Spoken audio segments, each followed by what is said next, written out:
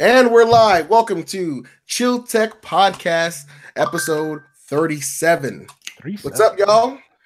I'm Good, man. Christian. Hey, Christian, you look different today. New haircut? Yeah. I decided to sit out in the sun and eat burritos. So here I am. Christian is tired. He's got back in from a trip. So we are covering for him today. My name is Javon. I'm your host for today. We got Garney on the podcast. What's up, Garney? What's up, man? How you doing? Cooling. Hey, sweet. And we have Keon X on the podcast. He's not from Wakanda, but you know, he's still the X. So I am here live in action as usual. What's up? Nothing much, man. So what's happening out there, man? Shoot, man! I'll tell you right now, man. This is Wednesday. This is one of those Wednesdays that I thought was a Thursday. I was like, man, I can't wait till tomorrow for Friday. Well, wait. You just picked up a new device here, didn't you? Yes, I did. I actually picked a couple devices. So I got myself out of there. 1 second. Good old fashioned back in. Right. All right. So got Surface Book 2 with the USB-C, and I also is that the newest Surface? Yeah, that's the newest Surface Book. It was between that and the Surface laptop, and I just decided that the USB-C. Yeah, that's kind of sold it. I'm not gonna lie to you. Now it's not Thunderbolt. Well, I'll get into that in the full review. Yeah. But it's one of those things, and also got a Surface Pen because there's no longer bundled, so I have to buy that separately now. It's terrible. Yeah, those are cheap, aren't they? Yeah, and another Pixel too, because I set mine back for no reason, and just now I have another one because it's my favorite phone. You just wanted a new one for the new one. Yeah, because So what about you guys? Anything new? Anything happening in the world? How about you, man? I don't think so. I don't think there's anything new except I got a new apartment, so I'm trying to work that out. I don't have the HomePod anymore. I did indeed sell that, so there's that. Why did you sell it? I don't understand. I did not sell it because the Home Max is better. Even though the Home Max is better, I sold it because I am a Sonos guy, and there's no reason for me to have a HomePod if I have all these Sonos devices. But do you have a Home Max though? I do have a Home Max. It is right there. But you're a Sonos guy. I have a Home and a Home Mini, even though I have Sonos with I'm not gonna say her name. Amazon's person. I don't use Amazon's person, so respect. I like to separate my smart and my sound. So when they make a Play 5 with the Google Assistant, you're gonna grab that one? Yeah, and dump the Max. Well, the Max is actually not mine. The Max is a review, so I'll be dumping that anyways. But yes, if the Max was mine, I would dump it for a Play 5. Yeah, sweet.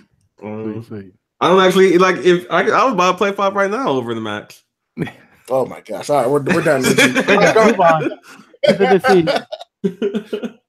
You can just hook a Chromecast audio, which I have one that I don't use. I mean, it's easy. What? What? I'm sorry, Home Max. I love you, but you're not a Sonos. So did you get the two Sonos ones? No. I already have. I have 4 Sonos ones and a Sonos Play 3. Wow. Yeah. Like I said, I'm into Sonos. I was going to say one in each corner and then one in the desk. There you go. Something like that. Multiple rooms. Sweet. What about you, Garney? You got anything new going on? You know what? It's same old, but with the house remodeling and things like that going on through life, I've been pretty distracted. Didn't get anything new technology wise, but working with you guys, I'm really excited about it. I mean, 2 months in with y'all and really, really enjoy it. What I like the most, guys, is that Chill Tech is growing, and that's what I like the most. Yeah. Is that we got a great team. We got some new folks jumping on board. Lots of new blood. It's fresh. That's what I love about it. It's we're keeping it fresh, and that's what's really nice about what we're doing here. True that. For sure. Actually, to piggyback real quick off of Keon's, audience today to sit and actually spend a lot in the pod and the Max. I took my brother with me when we were doing this because we went to go buy them and to buy one. I ended up leaving with none, not because I just felt like I'm just going to wait because I just have a feeling in my heart that the one that I want, which is the Max, is going to be on sale soon. Like, I doubt it. Whether it's $50 on sale or whatever, I just have a good feeling it's going to get a little bit cheaper. So I'm going to wait. Next, like maybe like 3-4 months. If it doesn't, then I'll attack it. But my God, so first of all, here's what's going on. And also if there's any audio issues or anything that's probably me, and that'll get fixed during our live version.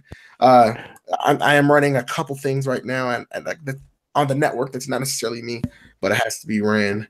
But I had a chance to listen to both, and the Home Max I listened to first, and I was instantly and quite literally blown away. It's loud, it's bassy, it was rich, it was clear. I was like, oh, this is great.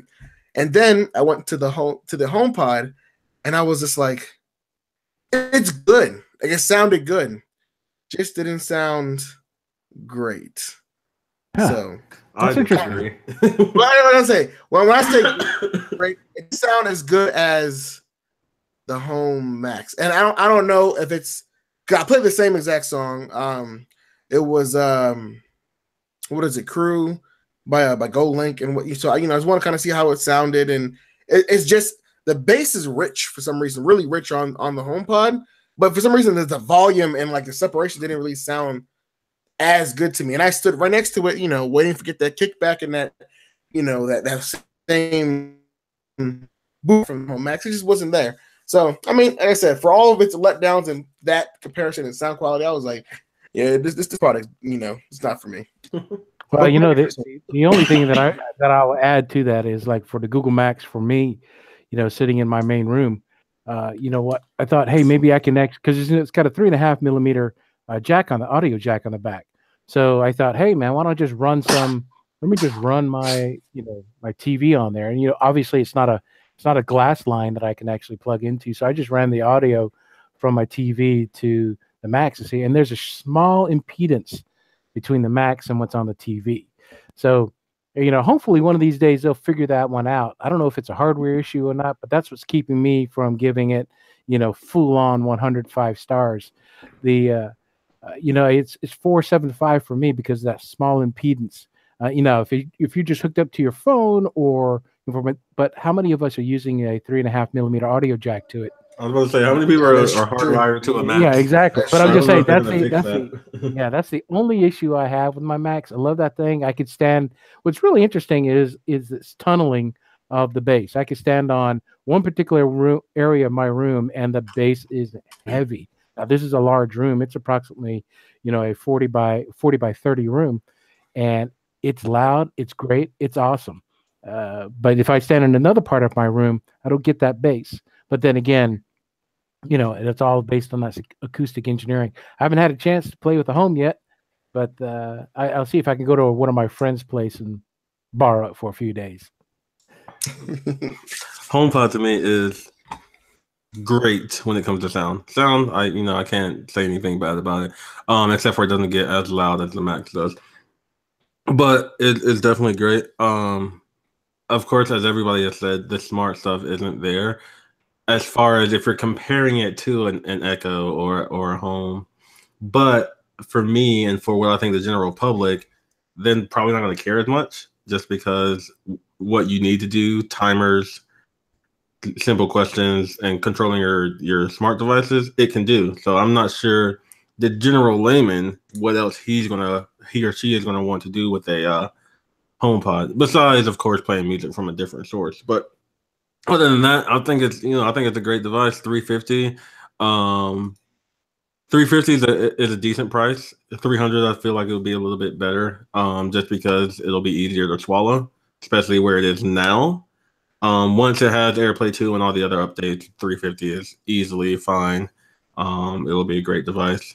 But yeah, I think anybody wanting to upgrade from a normal Bluetooth speaker but doesn't want to go all the way to cabinets or anything, HomePod would be nice for the average Apple guy. Yeah, but if that's just one person, right? How many reviews have we seen? For one person, because we use our Google Home ecosystem. Well, that's what I was saying. AirPlay too. When you can start linking them up, that'll make it much more. Yeah, totally agree. Yeah. So, but yeah, still cheaper than the Max though. $399 versus $350. I mean, the price does $50. So at this point in my life, I'm like, it matters. That's why, So, but going to the meat of this podcast here. It's MWC week, and of course, on Sunday we were all blessed with the Galaxy S9, and you can check out our review, and not our review, but our hands-on write-up and our all of our stuff on the Galaxy is not on our website. But yeah, so it came out, guys. It looks really good. I mean, it looks kind of also like an S8, but not. I mean, what do y'all think? Just terms of the visual aspect of the Galaxy S9 and the Galaxy S9 Plus. Well, finally, the fingerprint pod is in the right place, and then but what's really going to separate this phone is its camera. I mean, I heard that they put in a lot. I mean, everything I've read, everything I've seen, everything that has been talked about. I mean, f1.5 versus f2.4. I mean, unheard of, right? First ones to come out with variable apertures on the camera. Dude, that's pretty amazing if you think about that. Being able to, everybody talks about how wonderful your cameras are, like this Pixel, 2XL, how wonderful it is with the dual pixelation in the lens itself. But to actually have different apertures, that opens it up to where it's like, are we now stepping into the, pro amateur line of people who want something to take really good photos? I mean, is it something worthwhile? Is it really going to differentiate itself? I mean, a Snapdragon 835 versus an 840, really? I mean, is that really a big difference to go with a $900 phone for the 9 Plus? That's just my point. It's still expensive. No, I kind of definitely agree with Garney. When I heard the phone coming out, the sole reason that I want to try the phone is the camera. Nothing else about the phone does anything for me, because for me it's just like an S8 Plus, or not an S8 Plus, but just a incremental update to the an S model update. Yeah, right. But the camera, like you were saying, that the differential aperture is mind blowing, and you can physically see this on the phone. Like, you don't even need microscope. You can just see it happening. And then Marquez MKBHD tweeted out pictures of using the 2.4 or 2. Whatever versus the 1.6. And you can see the difference. You can see the shallow depth of field. You can see the clarity. You can see the blur. It's amazing. So that's literally the only reason I want to try this phone. I'm not a Samsung guy, just for anybody listening. I'm not huge into Samsung, but I have gotten a lot more into cameras, especially on cell phones, because you always have your cell phone with you. So you want it to be as good as it can. I'm definitely looking to see how that camera is. Well, let me ask you a question. Oh, go ahead, Juma. Oh no. You can go ahead. I was just going to ask. All this talk about the new Galaxy S9, and a lot of people just are. It seems to be one of those rare lackluster Samsung launches, in terms of everything but the camera. But if you also notice something, not many people who's got hands on and have posted their videos, and even Marquez, have said how much better the camera. And we're talking a lot about the revolutionary technology of having dual aperture camera sensors, but in terms of real world applications, is this really going to matter? You know what I mean? It will matter to the mobile photographers out there, and that's pretty much it. Yeah, I agree. It's going to be really for the person who wants to take it to the next level, right? Because even in pro mode, and what we could do with the default camera in this, even with third-party apps that will be using the visual core and the pixel, it's pretty nice that we can go in pro mode. But when you start thinking about, hey, adding that extra dimension of 2 aperture or 2 f-stops on a camera, it's pretty neat. But Jovan, I agree with you. Everyone that we've watched online, everyone who's touched it, everything from Michael Fisher, Mr. Mobile, like you said, the Marquez, to all of those guys, it's like, hey, this is kind of neat. Yeah. And it kind of glosses over all of these other things, because if you take the camera out, the aperture out, You know, are you going to really talk about the Animoji? Oops, I don't mean Animoji. I'm talking about the AR emoji. The R emoji. The R emoji. You know, it's like, are you know, how many of us are actually going to use that? I mean, actually, ask how many Apple fans that are out there using their I have an iPhone X, and I used it one time to show my mom that I had the iPhone X, and that was it. Yeah, that was kind of cool, right? So the question comes back to, okay, out of a $900 phone for the Plus, is it really worth the upgrade? If you're coming in from the older models, might be. I mean, how many great deals are we going to see? I mean, if it's only $100 deal, but wasn't there somewhere that had Best Buy has like a great promotion coming on here in this weekend that you can get $100 discount plus a trade-in value? With Best Buy, you usually get some type of credit. Best Buy is really good for giving you credits, but they're generally credits that you have to use in Best Buy, which, for us, that's no problem. We'll definitely use those. But to the average person who just wants the money back, it's probably not going to be the money back part. Yeah. Or it's going to be like, I know Verizon does things where it's like buy one, get one free, but really what it is you have to stick with them for 2 months and they're just taking or 2 years and they're just taking a little bit off your bill. So it's probably going to be some type of shifty deal like that because that's how cell phones are nowadays. But I was going to agree with you. If you're coming from an S7 or below, sure, go ahead and get the S9. If you're coming from an S8, I don't see many people doing a big jump unless they A, just always want the newest best thing, or B, are really heavy into photography. Yeah. Right. Well, at least the S9 line is not copying the iPhone X.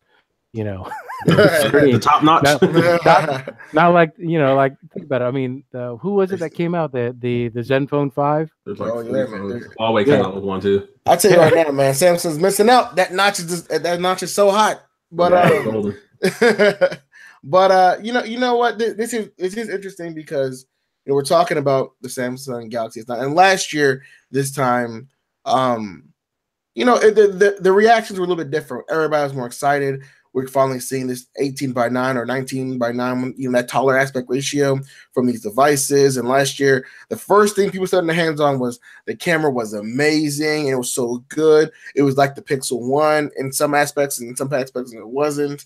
And there was just so many comparisons, and the focus of the phone was more, look at the revolutionary step that we're taking between how we use our device with this taller aspect ratio and the really, really amazing screen. I mean, there wasn't much of that. They even added stereo speakers for the first time with the Samsung Galaxy line phone, and people were like, oh yeah, it has stereo speakers, but it wasn't that great. Like, that to me is I said, I'm not a huge Samsung fan, but it matters to me because they are Android in terms of the large market share.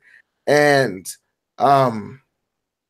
if they're not going to go out and really capture this wow audience, that's not good for Samsung, who thrives on that hype. They rely on the hype of the Galaxy line at the beginning of the year, what helps move them along the line for the Note line and everything else to the upcoming year. So to see very kind of lukewater sentiments on the S9, are we hitting maybe a mobile plateau? Like, are we getting to that point where even the dual apertures are like cool, but meh? Well, let me ask you. We got a rectangular device, right, that we carry around. We have our particulars, but is there anything that we should be hoping for next year? The World Conference for mobile technology. What would be something that would take you and say, I've got to have that phone? I mean, the Essential phone was pretty awesome with that little dimple on the screen just for the camera. Dude, I mean, developed by, someone who started and founded Android, right? And really got this thing. So it was something worthwhile going after for us technical geek type of guys or folks, right? But what would really draw you to a cell phone? I mean, but besides the name, I mean, Apple aside, right? Fashion, brand name. What would really draw you to a phone? I will say I was not interested in the Essential phone. I just want to put that out there for anybody. I'm talking about Joe Lottie. Yeah, I was. I know when the Essential phone first came out, I hopped on and pre-ordered right away. And especially when it first came out at like $750, I was like, no, thank you. I was like, whatever. But I don't know if we're hitting a plateau, but it's hard because we're all what 20s, 30s, 40s, whatever. We've grown up with these cell phones. We've grown up with these cell phones. We've seen them like really start to get popular, which was smartphones, like the real smartphones, about 8 years ago. And those let's say the first half of that, the first 4 years, it was what can we do? What can we not do? Like let's do everything. And these last 4 years, it's just like, all right, we've got the main blueprint down. We've got screen, battery, phone, candy bar shape, whatever. Let's start, improving on these things. So a lot of the things that we're seeing isn't new and spectacular. It's let's make this better, because the S9 still has better RAM, better battery, better storage. Like it has better. It does. But we don't care about that because every year we just expect those. We've come to expect better battery life, better screen, faster responsiveness, and then we expect all that. You have devices like the Snapdragon 821 from 2 years ago now, which are still flying like butter, and that's a great thing. You know what I mean? The Apple A8 chip is still flying like butter. That's almost 3 years old. So we're at a point now where you're holding onto your devices ever so more closer than you were before, especially the non-enthusiasts. Samsung has to feel something, and I don't want to go into a tangent talking about what we expect from them down the year with the Galaxy X and all those other foldable displays, but do we need a new form factor to bring back the pizzazz of phones, or is it gonna be hard to have a whole new form factor that people say, hey, this is better than just the candy bar? It's gonna be hard. We already have that one phone, I forgot the icon, that whatever phone that folds out. Oh yeah, from what's it called? That garbage company. I mean that this is Axon. Yeah, Axon. Yeah. Oh god, yeah. Still. Yeah. We're not that never happened. We already have that. We've had, the Galaxy Round and the LG, whatever LG did. We've had those come out. They've tried. Yeah. I don't know if it's going to be something. It has to be something unique. It has to be something futuristic. It has to be like a hologram or something like that. Like it can't. We have AR. AR is new, and it seems to be just the tip of what we, the potential of what it could be. But that doesn't seem to really like. I like even with the the beginning with the emojis, with iPhone's marketing with that was huge, right?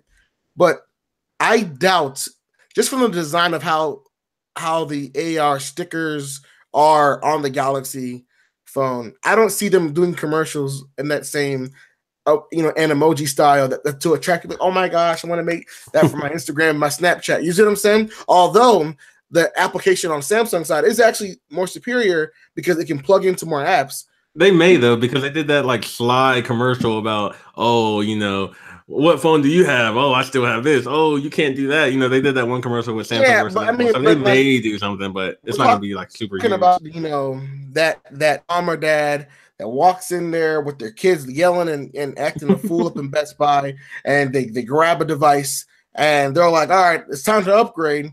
I guess I take a Galaxy S9 because it's new. I don't really care what it does. It's just going to be a faster phone, right? That's a lot of people. Like, and the problem with that is, let's just say this phone doesn't pop enough. So now it's like, okay, well, they're going to talk about price. Okay, the S9 is this. All right, I don't care about my upgrade as long as it's fast and this looks like this phone and this phone looks like an iPhone and that phone looks that. Which is actually good because I was talking to somebody. I don't remember who it was. So if you're listening, which you're probably not, but if you are, sorry I don't remember your name. But they were like, oh man, I was looking at that new LG phone and I actually thought it was a Samsung. Actually, that was my mom. So I know she's not listening. She doesn't watch like this. Hi, Mom. Yeah, it was her mom. But yeah, she was like, oh, I keep seeing that new LG phone. And I keep thinking it's a Samsung or whatever. So it's going to be good for everyone else. But Samsung, everybody but Samsung is going to be great for it because people are going to be going in just grabbing your phone because it's going to be the same thing as a Samsung. So we're going to move on from the Galaxy talk. But definitely expect a full review from probably Garni or Christian coming up down the road. See if we get our hands on that and send it over to them to review. But there was some more stuff at MWC. Garni, you mentioned a couple phones. You talked about the Asus Zenfone 5. There was rumors and some evidence of a LG G7, a Sony Xperia 5. We got some Android Go. Like, what things kind of stood out to you guys at MWC y'all want to talk about? I think the Android Go is the big thing for me, right? Because we've now gone from Android One to Android Go. And so for me, it's like, okay, the portability of Android. I mean, that's the key, right? Instead of Google trying to be a hardware company and try to coach manufacturers to go with an Android One platform, right? Well, why don't you stick to what you're good at? And that is software, OSs, Android. And I think that's where, a lot of the manufacturers would like Google to go. It's the, excuse the pun, but think about it. You could take a 1 gig, or a phone that has 1 gig of RAM and load Android Go and be good to go. I mean, that literally, now think about that. You were talking about the family who really doesn't care about the great specs or what chipsets are inside or even the visual core within the Pixel. They don't care about that. They just want something for their kids, their families. Can it text? Can I make calls? Can the kids watch YouTubes on there and play their games? Yeah. Well, guess what? Then you're only talking about $100, $200, $300 phones. And that's where really got me going. I mean, I love the aesthetics of, like I said, the Asus phone or the LG phone and all that. And even that, what was it? The Nokia. Nokia's coming back. Oh, yeah. With a really beautiful phone. Yeah. So, yeah, Scirocco, right? Yeah. So those, that's nice. But think about, if you want to start reaching out to the masses, could the Android Go platform be the place to be? To me, that's where I'm excited about, because running it with less than 3 gigs of OS on a phone, and it takes up less than one RAM, actually. and then exactly, it takes, and here's the other part. It shows you how conscientious Google is. They've made Go specific apps like Gmail. You've got to strip down in YouTube. Heavy app. Yeah. So, and if you want the real app, you can go to the Play Store and get it. But they stripped it down to where, like, for example, on YouTube, you know exactly what you're going to be able to download if you're going to download a video. Or if you have a bandwidth that's low, it's meant to play lower bandwidth content. So I think that, to me, it just shows how Google wants to become ubiquitous out there. And that's, to me, that's exciting.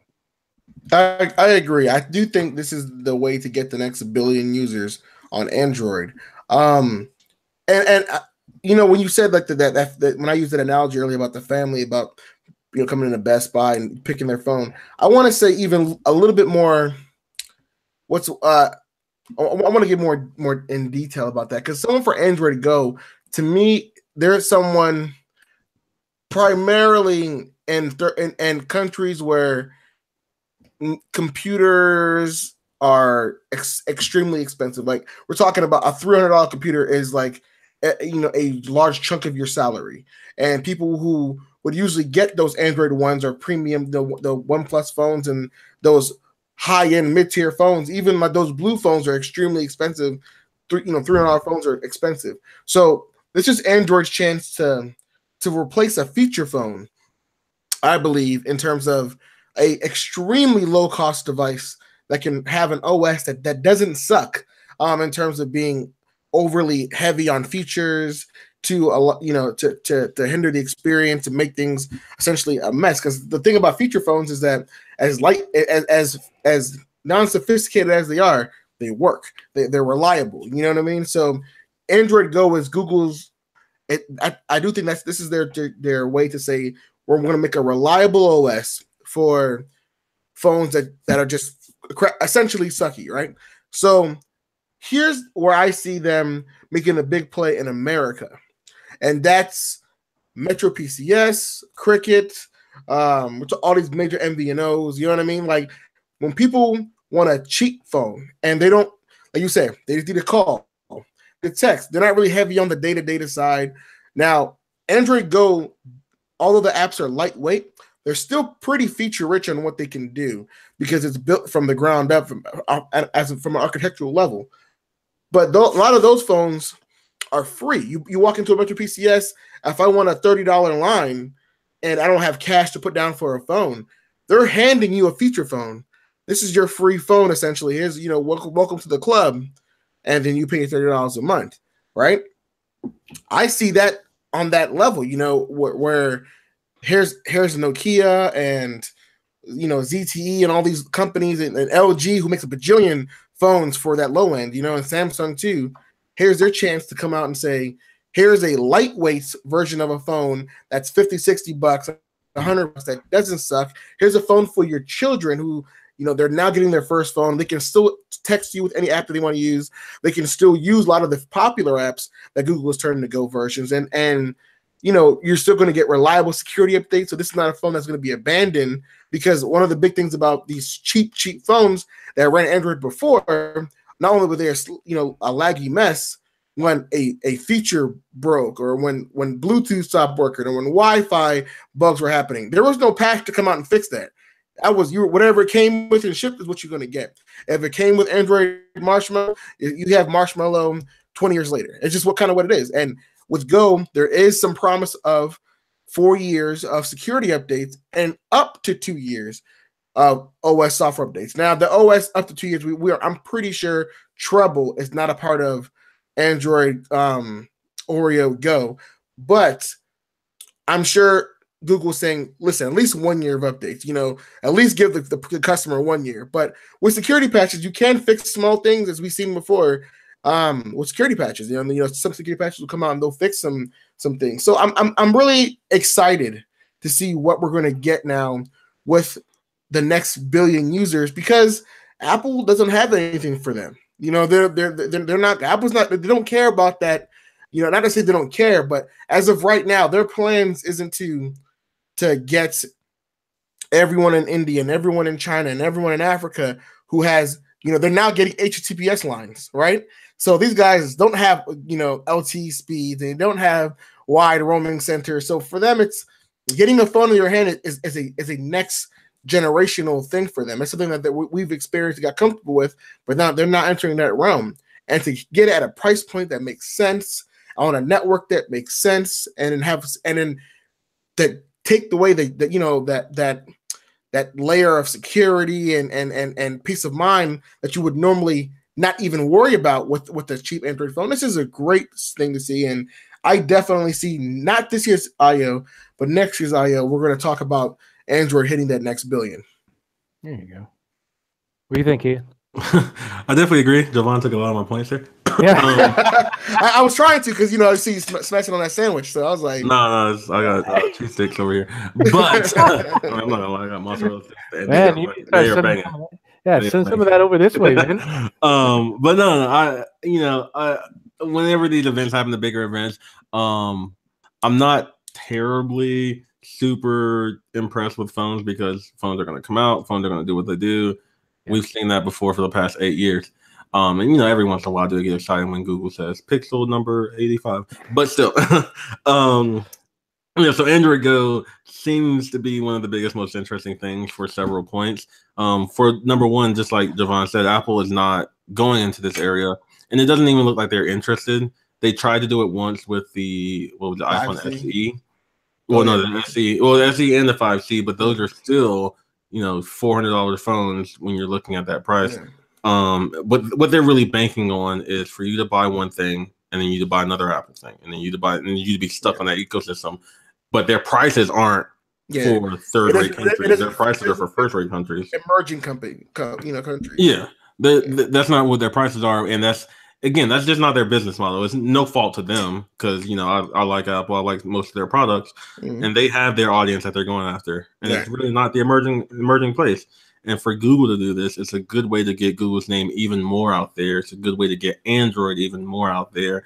So that way, when you do get your next, you know, million, billion, trillion members, they're saying Android. They're not just saying Google, because this is coming from, we've got Nokia, Alcatel, we've got, you know, like, I think it was like 5 different companies that are coming out with phones for Android Go. So you've got Google's name, Android's name, and your manufacturer's name with the device that hopefully won't be terrible. That's the main goal. Have a cheaper device. It's not going to kill you on your cellular line, whoever you're using, and it's going to last you a little while until you can afford either the Note or the iPhone X, or it's just gonna go through your kids' lives. Like you have a 5-year-old that you just need an emergency phone for. Boom, she turns 8. She wants a better phone, but it doesn't need to be an S9. It just needs to be another phone. So yeah, I like Android Go. And again, MWC of course had phones out. None of the phones so far that I've heard of hasn't been spectacular. S9, the S9 has a camera. The V30s Think has AI. I mean, come on, guys. We've seen these phones before. I really didn't even want to talk about the V30, but I mean, because we didn't talk a lot about Android Go, so I'm going to kind of touch quickly on some of the phones here. So I'm just going to list off a couple, and then you guys got to give me like some. Like the Android Go phones? No, not the Android Go. I think we can write something up on that, and we can post that for our readers on our website. But just kind of like some of the big hitters that was released, and one of them, Garni was talking about, and that's the Nokia 7 and the 8 Sirocco. Now, Nokia has committed to Android One, and Android One, which was supposed to be Android Go, is now essentially became the Nexus program. Android One is stock Android from Google, updates from Google, but you are guaranteed 3 years of updates and 2 years. 3 years of security updates and 2 years of OS updates, and there will be no duplicate apps, and there will be no, bloat. So Nokia said, "Listen, all of our phones going forward will be this," and that's great because we always want to, actually to adopt this style. Now, there's arguments about stock Android for everybody. We don't really care. My opinion is stock Android is the best. I mean, that's my opinion is yes, but I mean, there is situations, where some skins have shown that they can be, they have their advantages, right? So the Nokia 7 and Sirocco and 8 Sirocco, what do y'all think? Anything on that? No, because I did not look at those phones. I'm sorry. Well, is it going to be available in the U.S.? We are hearing that the 7 will be in May. The 8 we don't know yet, but I assume it will be. I mean, because it makes sense. I mean, for the price points they're looking at, and they mentioned U.S. pricing, I assume that it will be. Yeah, because because on the GSM Arena doesn't have the bands yet listed. Yeah. I mean, for I'm sure they don't have every GSM model band, but most of them have the international T-Mobile. Some of those LTE bands. Not to get every one of them, but the 7 there will be a 7 US model releasing with that I guess that Pixel 2 design.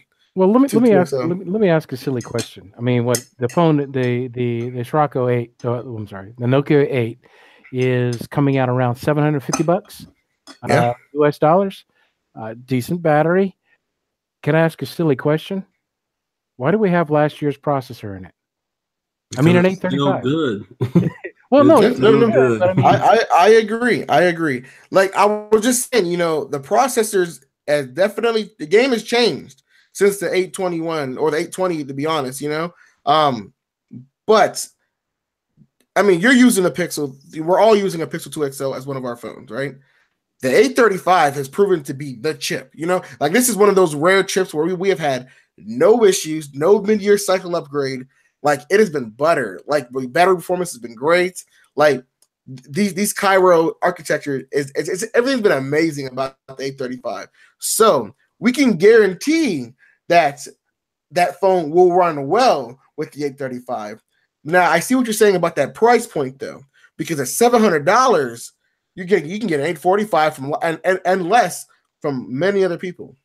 I will say I don't know why, but it has to be one of those situations like last year with LG where they just couldn't get a chip. I mean, they probably didn't have enough to get early on for their full release, and that's going to bite them in terms of sales, but I don't think they're planning on selling a lot of Siroccos anyway. Okay. Well, I mean, like I said, it was just something to think about because if you think about it, if you're going to go with that, what's going to keep you from buying something a little less expensive? Maybe a 5T from OnePlus. Yeah, I agree. I mean, save a couple, 200. I guess they're banking on their name. They're Nokia. They're like the godfather or the grandfather, and I don't know. you have people putting out phones for ridiculous prices all the time, Essential. So you just have to wonder why do people do that. Maybe they just shove that one in there, man. They just have their phone. They just think their phone's going to be worth it. I don't know.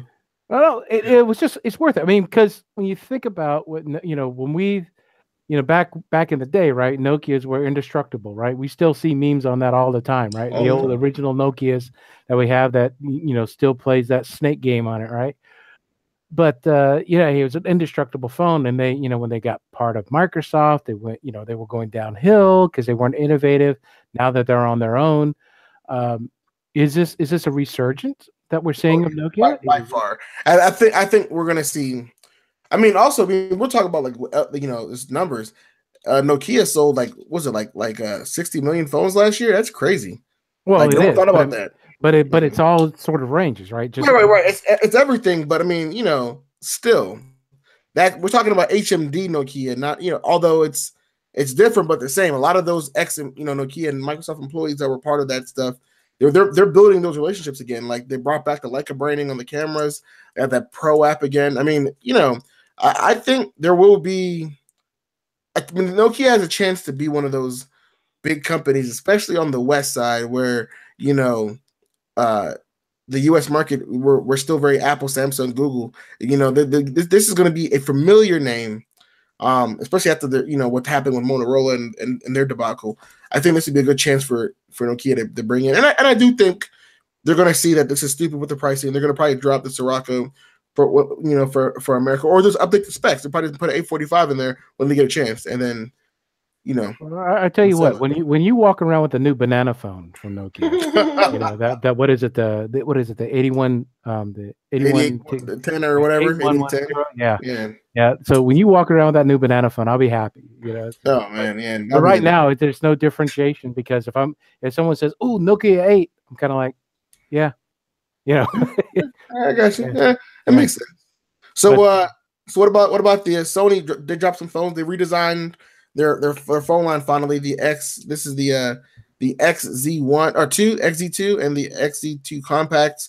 Don't care about the Compact because they messed it up this year. But the XZ2 has they have a glass. Yeah, they always find a way to mess that one up. But this one has a glass back redesign. It has that larger aspect 18:9 display. Sony finally changed the design after like 20,000 years. And if you guys are interested in this phone, I mean, Sony, they make good phones, but they never had the fingerprint sensor working, and there's always something with them. Now everything seems to be good. The camera is good. It has really fast slow motion for much longer than Samsung's doing. They have and also it's a 1080p. Plus they have the dual Sony cameras with AR and all that smartness, and it has close to stock Android, and big batteries. I don't know. It's a good phone, right? It's close to stock, right? They have the I guess I've never liked Sony's UI. I mean, the fact of the matter, it's not a good phone now. Yeah, it's not bloated or anything. I mean, and the fingerprint sensor works. It's definitely a good phone. Am I personally interested? No, but it's definitely a phone I can see in Europe causing a stir. Okay. All right. I know that's kind of a specific answer, but here in the US, Sony hasn't really done much. I think the last one they put out was like not the Z3 or X3, but they don't do all their phones over here. Plus, Sony does what OnePlus does and like puts out another phone in 6 months. So overseas it can probably do well. Here in the US, I don't see it doing well, and me personally, I'm not gonna pick it up, but it looks cool, I guess. Well, I guess if you're out there and you're trying to do, here's the one thing, that the Sony is going to bring to you, right, is that slow mode, right? 900 frames per second at 1080p. But then why wouldn't you get the S9? Because it's 720p and it's only for like a point a second or something like that, like a second. Well, yeah. So the S9 Plus, it has to be the 9 Plus. It's only 720, but Sony is at 1080. But I mean, again, like you said, it's also a shorter amount of time to record. Yeah, I get that. No, but I'm just saying, to me, that just shows that, okay, that's where but I'm kind of looking at it going, pretty nice looking phone. It's kind of neat that Sony's back. When you think of Sony, well, for me, when you think of Sony, what do you think PlayStation. of? Camera. Well, okay, PlayStation. Yeah, I was gonna say camera and PlayStation. I mean, all right. It's like their newest camera is killing it, though. I know we're not a camera podcast, but their A7 III, God. No, trust me. I only buy Sony cameras, so I'm hip. But like I said, so here's the thing, right? If you are, I'm hip. You know what I'm saying? Like, I'm hip on the. Javon's officially old. I tell you what. You get the 7 III. You send it to me. I'll do a review on it. I'll do a review. He's like, you're not getting this back. I quit. I'll do written and video. What? I was like, dude, that's $2,000 right there. But anyway, go ahead. I digress. No, I'm just saying. So, if you're a PlayStation user, do you buy this phone? No. What does PlayStation user have to do with it? I'm just saying. I mean, obviously, Sony wants you to buy all Sony stuff, right? So, I don't see that. They don't have enough Sony stuff to sell that.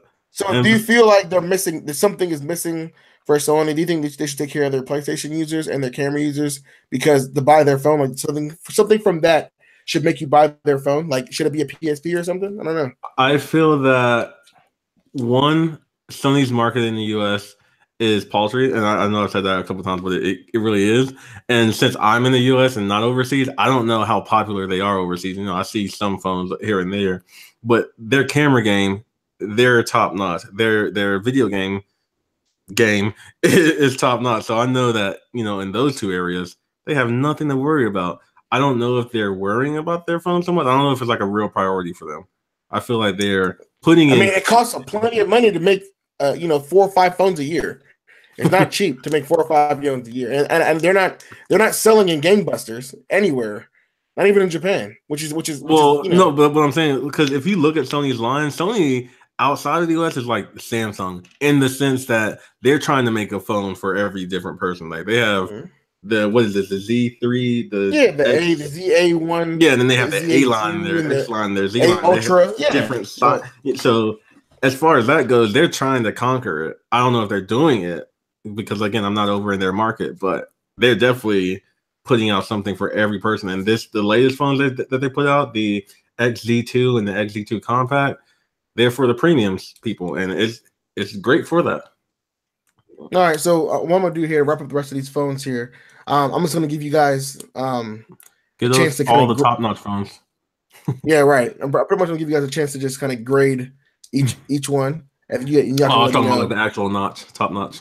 Oh my God, yeah, pretty much right. So I want you guys kind of grade each phone, and then let me know like a quick 1 or 2 points on why you gave it this grade. So just going back a couple on the Sony Xperia, what would you grade it? Garner, like what would you grade this phone?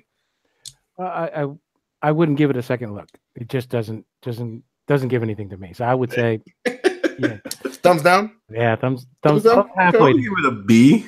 If we're doing grades, you give me like one of those in between. It's not perfect, but it's a good. It's a good phone. I mean, yeah. I mean, there's some really cool stuff, aspects of it. But I mean, now. So the Nokia line, would you give those like up, down, A, B, C?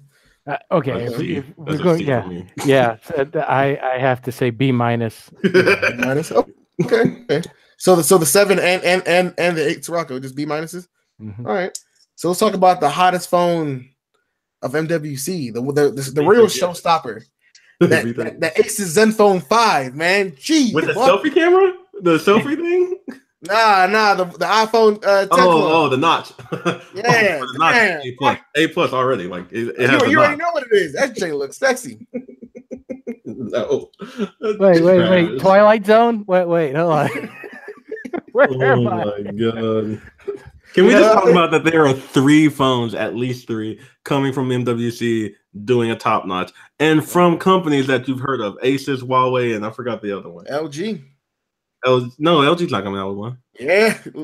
Is LG the third one? The G7 is an iPhone 10. I'm serious, man. So these are and the V45. Notable companies doing top notch now. How does everybody feel about that? Like quickly. I mean, we don't have to spend time on it, but I'm with it. I like it. It sounds so crazy, and I would never be for an Apple design unless it was a 10. I mean, if they're going to copy Apple, would you rather them copy the 8 or the 10? Sure. And it's not that like the phones are terribly ugly. Like if you don't like the notch, then no, you're not gonna like it. But if you're just objectively looking at it, the phone's good. Let's be real. Let's be real. Who doesn't like the notch? Besides, if the Verge didn't tell you, no. Honestly, if the Verge didn't tell you the notch is ugly, or anyone say before all this marketing forget Samsung, the notch is bad. Like, if you use a phone with a notch, the essential phone, the iPhone 10, you don't care because after a while, it just kind of blends in. Except in YouTube. In full screen video, which it's a 19:8 aspect ratio, it's not going to work anyway. Like, that's what I'm saying. Like, it already sucks that I have to shrink in, and then I got the little chunk out. Yeah, just watch it in its normal, just Garney, back me up here, man. I don't think the notch is ugly. I have an iPhone 10. Like, I don't mind the notch at all. You overlook it after a while. Yeah. I was just going to say, back away to your corners. We got a 2-minute break. But yeah, I just wanted to put out there that there are companies doing the notch. So if you hate the notch with a vengeance, you're gonna have to start finding some phones because a lot of phones are coming out with it. Well, okay, so here's for me, it's a non-issue for me. Right. If it's there, great. If it's not, great. Right. To me, is usability, comfortability. Is it going to fit my corporate needs? Is it going to fit my personal life? Does it fit what I like to do? That's why I'm still hanging around with the Pixel XL too. Yeah, so it just rocks for me. Non-issue. Yeah. Yep. Deal. So if Google drops one with the Pixel 3, just like that, I'm still buying. I don't care. That's the thing. I don't care, man. I'm not gonna care, but I'm still gonna be like, Google, come on. I mean, no. If anyone copies Apple and Google does it, I'll be pissed. But exactly. Oh, wait. Now, if it becomes an $1,100 phone, then I'll be really pissed. Sure. Okay. Fair enough. Ultimately, like Gordon said, it's a non-issue.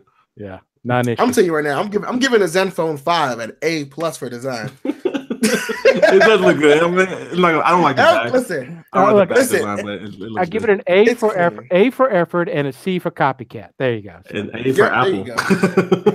But you got to really understand, like, even though it has a lot of similarities, it actually kind of looks better in a way because it's slightly bigger. No. To me, it does. To me, it honestly does. I don't like the back. That's the only thing. I don't like the back design. Really? I like that whole circle. I hate that. That is trash. I don't know. It looks good for that phone. Fix your phones, Asus.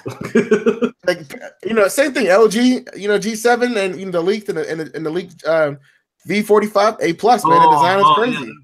Yeah. I know what you're talking about. Keen, you know what we're gonna do? We're gonna send you over a sailfish phone when it comes out. There you go, man. You should be a Firefox phone. Oh man. So that's pretty much MWC. I mean, it was cool, but it's whatever. Well, the one thing I want to bring up, which is one more thing I want to bring up, was also the Lenovo Chromebooks, the new ones that came out just for school. Have you seen these? Yes, the X1 and series. Yeah, the 100, 300, and 500 series. Yeah. So, what was really cool, and we don't have to talk a lot about this, but if you ever get out there and take a look at the 300 series, when you flip the screen to where it's in tablet mode, you can actually take a regular number 2 pencil, and draw on the screen. Now, it doesn't have wrist protection, but you can actually draw on the screen with a regular HB 2B lead pencil. I mean, yeah. And they actually came up with Windows variants of pretty much that whole line. Like, you can get a low-cost Windows or a Chromebook, so it's a pretty good deal. Yeah, Lenovo kills it in the laptop game. I mean, they usually do pretty good offerings. I do say all of those Chromebooks sound great to buy in bulk for schools. Yeah, that's what they're made for, honestly. Though. Yeah. I think for individuals looking to get into Chrome OS, there's many options that I would just this is definitely like middle school, high school, high school, but still definitely middle school. Hey, let's give these out to kids. We don't have to really worry about if they drop them or spill something, and they can get to work. Yeah, they're rugged. The only thing I want to see is, some people are heavy-handed when it comes to like writing stuff, and with number 2 pencils, I want to see how the screen endures like a month or two of that's just like a last ditch thing. It's like, oh, let's use a stylus. Oh, let's use something else and something else. Oh, you don't have anything? All right, I guess use a pencil. Yeah, I don't know. Innovation is staggering. But I think it's cool. I think it's cool. You could drop it from what, 30 inches or 3 feet? I can't remember. You're supposed to be able to drop those things. So I bet the screens are pretty. I want to see some drop tests. Yeah, it's like, come on, hey Lenovo, if you're watching, send us a few of them. We'll do drop tests for you. We will. We'll just chuck it off buildings and just see how they survive. Anyway, I just thought that was kind of neat. That was kind of neat to see that. That Lenovo is coming out and they're really focusing on the students and the schools, and I thought that was pretty cool, especially the pencil. It is, man. There you have it. Then there's more MWC stuff coming around, so check out the ChillTech, the ChillTech website at www.chilltechstudio.com to see more things about MWC. But Amazon made some headway this week. They acquired Ring to bolster its home security product. This is actually one of their biggest purchases they've ever made. What is like a billion? What was it? Yeah. I want to say billion, right? Billion, yeah, $1 billion acquisition. They're looking to tackle ADT security, and bring home security. They want to be your home security provider. What do y'all think about this? I think Apple better step their game up. Because Google has Nest, Amazon has Ring, Apple has HomePod. I mean, yeah. Apple has the money to buy ADT though, right? So I mean, they're not worried about that. They're worried about getting their phones and computers in your hand. Well, the thing is, it's to bolster up their current security things, right? Because they got their webcams they already have out there and things like that. So it'd be really nice to see Ring step into the arena. But I wonder if it's going to be kind of cool that when you have a package that's being delivered, that Ring already knows about it, and they're going to use that as an additional notification for you. That would be cool. They can also tie it into their Amazon Key. I don't know if anybody's doing that because that just seems like a weird concept to me. Yeah. But now you have your Ring security instead of just whatever Amazon cloud camera. You have like high quality stuff. Because I've used Ring products and they're nice. So you have that stuff whenever somebody's delivering you a package or whatever. They have great motion sensors. Like impeccable motion sensors. Annoyingly good motion sensors. Yeah. They're impeccable. Like they will pick up a shadow in the movement. Like, hey, the shadow don't belong there. But, well, the thing is, I mean, think about it: $1 billion for a company that was a startup on Shark Tank. Yes. Dude, man, and then all of a sudden, we see corny commercials and infomercials on it. Then we see friends of ours installing it. Now we're seeing $1 billion buyout. Yep. I actually have some Ring products myself, and it's pretty fun. This is a great American story, right? A guy has an idea, puts a security camera on a doorbell, and how many times have we seen videos or short clips of people stealing packages off your porch? Unfortunately, but I mean, it's a great little concept. And then, of course, when they expanded with video cameras on the outside, for your driveway, your back door, and things like that, I just think this is a great way of getting Amazon to be more pervasive in your house. Not in a bad way. Just hey, here's more services that we can give you. Amazon's also going to. People need to watch out. Amazon's going to become that company that is not going to be our overlords per se, but like Google and Apple are going to take over the internet. Amazon's going to take care of everything else. You need something, you buy it from Amazon. They're gonna control what you buy and where you buy it. Now the thing is though, is with Amazon and Ring, I mean, we're assuming that these are going to be full on Ring security systems you're buying, and you probably get a discount with your Prime membership. But what I'm thinking is also, what if they're just going the normal Google Nest way and they're getting Ring for their patents, and all they want to do is build thermostats and smoke detectors? I don't see that with Amazon. I mean, it's possible. I mean, their first line of devices aren't going to be anything just groundbreaking. They're gonna do what was tried and true. We're going to see a full Alexa integrated thermostat and a full Alexa integrated. We already have that. No, I mean, but like from Amazon as a first party. Oh, you know what I mean? Like kind of how Nest, as a first party for Google. If I was the Ring CEO, dude, I would not do that. That's not, it's a smart idea, but it's not smart in the same way. Mm-hmm. But I don't actually see Amazon just using it for patents. That, to me, that's not the company that Amazon is. They like to buy you and then actually use you for what you're known for.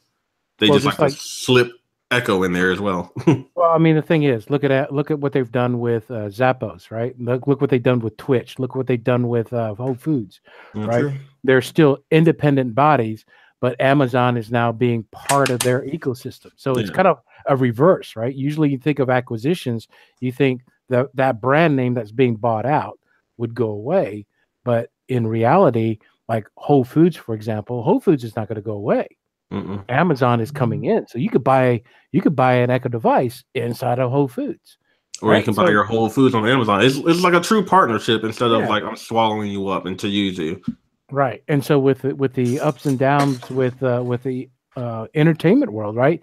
Twitch it's a great platform, but Amazon's not in there trying to change up its world. It's kind of letting that still be the same. And when we bought shoes from Zappos and things like that, we thought, okay, this is a cool company. I know I could do business with them, and that if I had to return something, they're not going to nickel and dime me for those things. And it's just a smooth experience. And I believe that's exactly what we're going to see here with Ring, is they'll expand the pervasiveness in the home.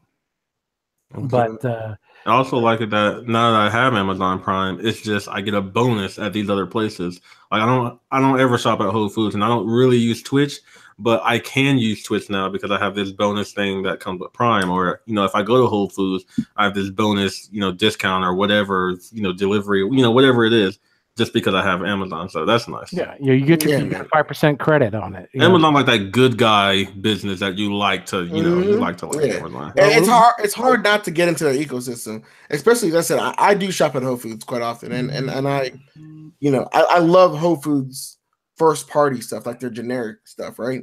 Well, their local stuff. I mean, that's what it's supposed to be. Yeah, and you know what? It's the prices already dropped because of Amazon, and you're getting 5% back. It's taking a lot of that Whole Foods premium stigma away, which is a good thing. I think a lot of people like premium and like to be having that exclusivity and that elitism attitude. But at the end of the day, for Amazon, they don't want that. They want everybody to shop at Whole Foods. So this is great. For people that are just like I want the Whole Food experience, but I'm not afraid. I'm afraid of the Whole Food price. There's more ways to get you in there. Now you're someone like everyone who has an Amazon Prime account and you live by Whole Foods. This is great. You're gonna get money back, and like you said, in Twitch, if you're a gamer and you watch people stream and you just want free stuff, all these codes, offers every week, and all those other things get you guys free games and free in-game items, and they're killing the game, man. I mean, it's really, really good to see. I want to see some other companies step up to challenge them, but because right now seems like they're going to run away. Well, I think what's going to happen, and this is just off the business talk, business speak, and things that are happening, rumor mill, right? In the business world, when they reach $1 trillion or when they approach $1 trillion, right? Will the government come in and say, "Look, you're a conglomerate that we have to break up. You have to be broken down." You think about it. AWS. Hello. I mean, it's like. Granted, you got Microsoft Azure out there, and you got the Google platform, but AWS, man, I mean, could that thing spin off on its own? Absolutely. Could the retail arm of Amazon spin off? Absolutely. They got their own fleet now, and contract fleets that are going on. I mean, it is just so. This acquisition to me is like, cool, but it's just showing you how quickly they are, and how Jeff and board are looking to get more and more into our lives. And like you said, Jovan, they want everyone to be engaged with Amazon or some brand of Amazon. Yeah. So Amazon might just be the OS of the future. We're there is some things, and a lot of it's speculation, but we're looking at Amazon's like their method and even having a retail presence OS to how you buy and shop goods in stores. I mean, like how are we gonna shop? Like I went to Best Buy today. I found what I wanted. I picked it up. I walked out. Like I had to beg someone to help me, which is usually rare because usually they're all over your ass. But like you know what I mean. I go to someone that they know not to talk to me. And it's just like it's cool and all, but I kept checking the prices. Like while I was there, can I get a better price match? And And there's something about my shopping experience that's totally evolved. That Amazon, I think the formula, man, they got it. I mean, are we going to see like their infrastructure take over everywhere? And are we going to walk into a Best Buy now and just pick up what we want, having the prices lively adjust to whatever the best price online is or whatever, just to compete in terms of a retail store? Or are we just gonna all retail stores are just gonna become warehouses for company storefronts? Well, that's an ongoing debate when you start looking at commercing in general, right? What's the trend of commercing? How many of us are shopping online? Well, 20 years ago, we kind of laughed at that, right? Is anybody really shopping? Be able to buy everything online and have it delivered to you. Well, I mean, it's like, well, think about it. I mean, exactly, Keaton. Right now, what are we doing? Amazon Prime. Yeah. We're all Amazon. And the first place we go, we hit our Prime and we take a look and we get the price and what's that little check mark? Oh, hey, I'm going to be buying toilet paper from Amazon and I have it drop shipped to my house and I want it shipped to my house every 2 weeks. It's almost becoming a verb, like how we used to say Google it. It's just like go on Amazon it. It's Prime. No, it's Prime. Yeah, Prime. There it is. That's exactly it. I can get it on Prime. Like, what's Prime? Building Christmas lists. I mean, this last 2 years, my family and I, Christmas lists on Prime. I mean, it's just there it is. Hey, I can pick and choose and buy a gift, and I don't have to tell the person whose list it is that I bought it from them. For them. So, and of course, back here, it's cleaned out now. But how many Amazon boxes were stacked up back here? Oh, by the way, Amazon, if you got free products that you want us to review for you, do that too. Oh yeah, definitely. But you have to think about this from a perspective of the immediate need for something. When you go to the store, especially grocery shopping, we buy food on demand for right now. We're not quite there, but we're close to being there, right? Because you can get food delivered to you within 30 minutes or whatever, but there's still that like inconvenience of waiting and ordering. And then for some people, it's picking up the foods and seeing if there are any spots on this. This is kind of weird. And I mean, I do that all the time when I pick up fruit and veggies. I'm always expecting them. These are things that we need to have physical stores. But at the end of the day, I mean, how can they evolve to like? Because obviously, you're saying people already were priming it, right? If I didn't need a charger or a pen or something immediately right now, I would just wait a day or two. But there's other parts of it, like I said, like the Whole Foods and everything else that we're seeing them make steps. But we're only talking about Amazon making. What about Weiss and Giants and Safeway and Walmart and DSWs? Like, how are these other companies going to, they're scared to death. Well, I don't actually think the big companies need to worry just yet as far as their whole company goes. Like Walmart, you're gonna have to worry about shipping because nobody wants your 2 weeks shipping. Nobody wants that company like that. But the company itself, like Walmart itself, doesn't need to worry about itself going out of business. That's not happening anytime soon. Right, but the evolution. But how do they evolve? Well, they have to figure out how to evolve, which is going to be tough because Amazon has every technology that I can think of that I would want right now. But it's really going to kill the mom and pop stores. Like they're dying, super fast. And then it's going to hurt the big businesses' ventures. Like for shipping, they would have to start shipping faster, but they can't ship as fast and as cheap as Amazon can because they just can't. Well, let me ask. And Hex. Go ahead. But didn't Sears die out before Amazon got too popular? I mean, it's the evolution. Well, let me ask you a stupid question. Do you still go to the Walmart? I do. Rarely. Well, let me, Ken, why do you go to Walmart still? I mainly go to Walmart to grocery shop at like 2 a.m. because that's how I shop. I'm just a weird shopper. Well, no. See this. There's a pattern to that, right? Because there is convenience for you, that provide it. And that's the key word, right? What is the common attribute between Prime, like Giovanni's like, oh, I shop on Amazon all the time, versus I do some shopping on Amazon, but yeah, mostly it's just Walmart, just because I don't know. I just rather just walk in and just whatever I want. Maybe I want this today. Maybe I don't want it. Well, me, so when you start looking at like the Krogers, the Safeways, and the other shops that are at the Publix on the East Coast and the HEBs here in Texas and all over, the question that comes out, what are they all asking, including the Walmarts? What are they all asking themselves? How can we make it more convenient for you? And Walmart's done it great with the main thing, 24/7. If you go to Walmart Supercenter, most of them, a lot of them at least, they're 24/7. That's their main or their but first convenience. But it's like it's I hate to say this, but it's it's the company stuff. It's the employees and stocking and keeping things in stock and getting things shipped to you. That stuff is costing companies tons of money nowadays, and there's not much of return because you're going to Amazon for your toilet paper now. Now you're going to Amazon for services and needs, things that you would usually go to like a locksmith. You can go to Amazon, get your locks. You break down your car. You can go to Amazon and get someone to come to you from a services standpoint. Well, yeah, I wasn't saying it's not hurting them. I'm saying it's a slow bleed for the bigger guys. Right, but the thing is, though, is that how do they evolve for the future, or is Amazon's way the only true method? Well, and then so. I would tell you my experience and what I'm seeing out there.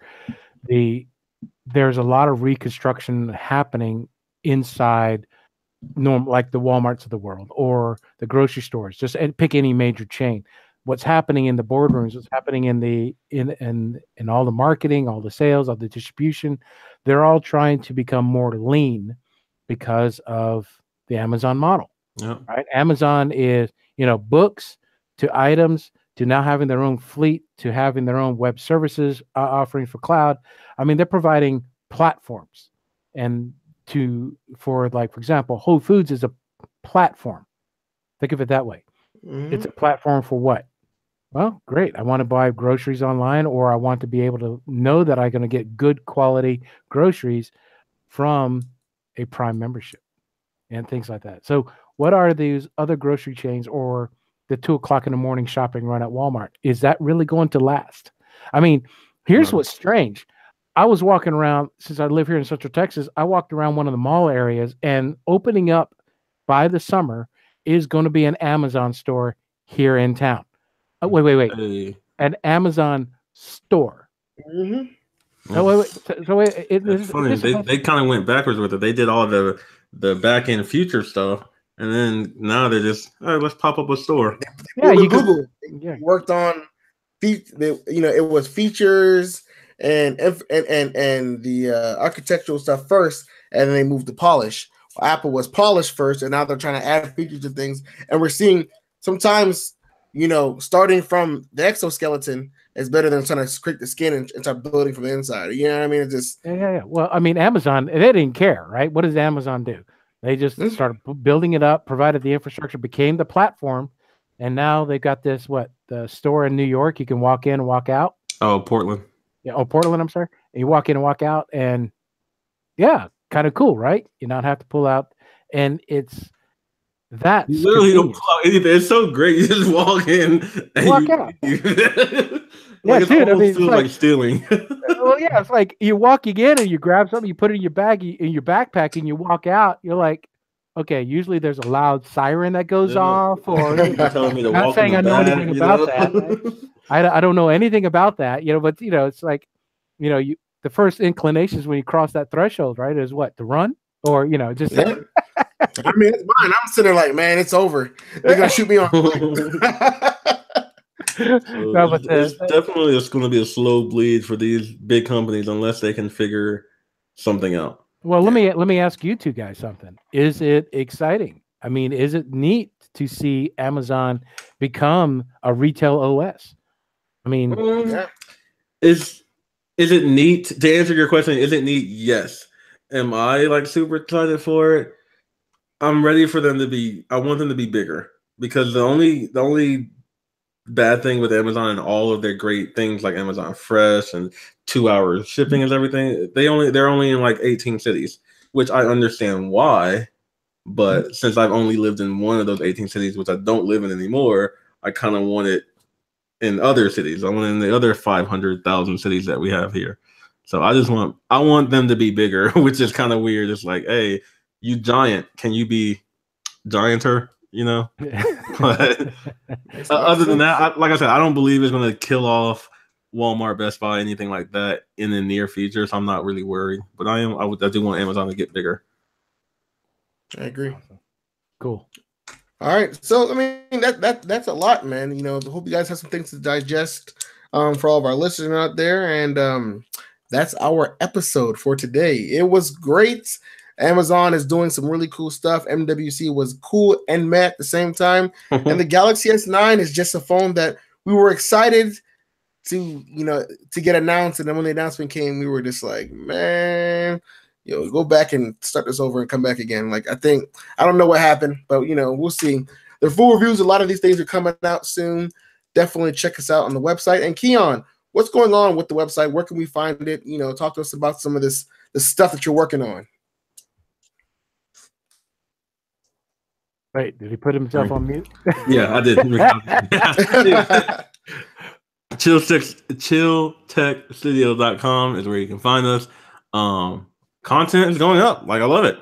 We have 3 writers here, and they're doing a great job. They're knocking stuff out. We've got the S9 on there if you want to find out official specs, or if you just want to learn more about it. The V30s Think. We've got an actually very humorous a piece about that. It's still official. It still tells you everything, but there's a little quirk to it, and I like that. So thank you to our new writer Marie. Christina, you're great. Jamil, you're great. So be sure to keep visiting that. We have news, we have deals, we have everything. So chilltechstudio.com. Go there and have fun. Yes, go there and have fun. There's also, I said, there's plenty more things coming down the road.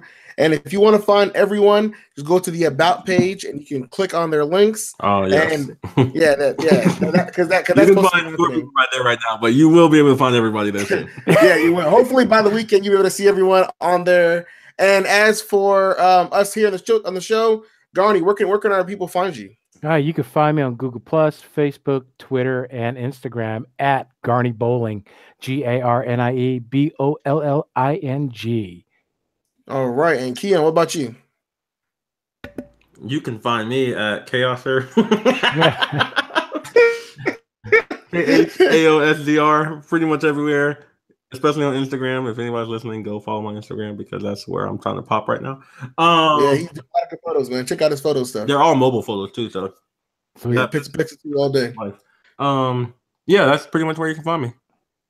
All right, and guys, and I would pull the Christian thing and say I'm on BattleNet, but although I want you to find me because you guys are better than me and you're gonna kick my ass. So instead, you guys can find me at Twitter at Jovan49 at JOVON 49. And again, this is the Chill Tech Podcast, and we will see you guys on the next episode. See ya.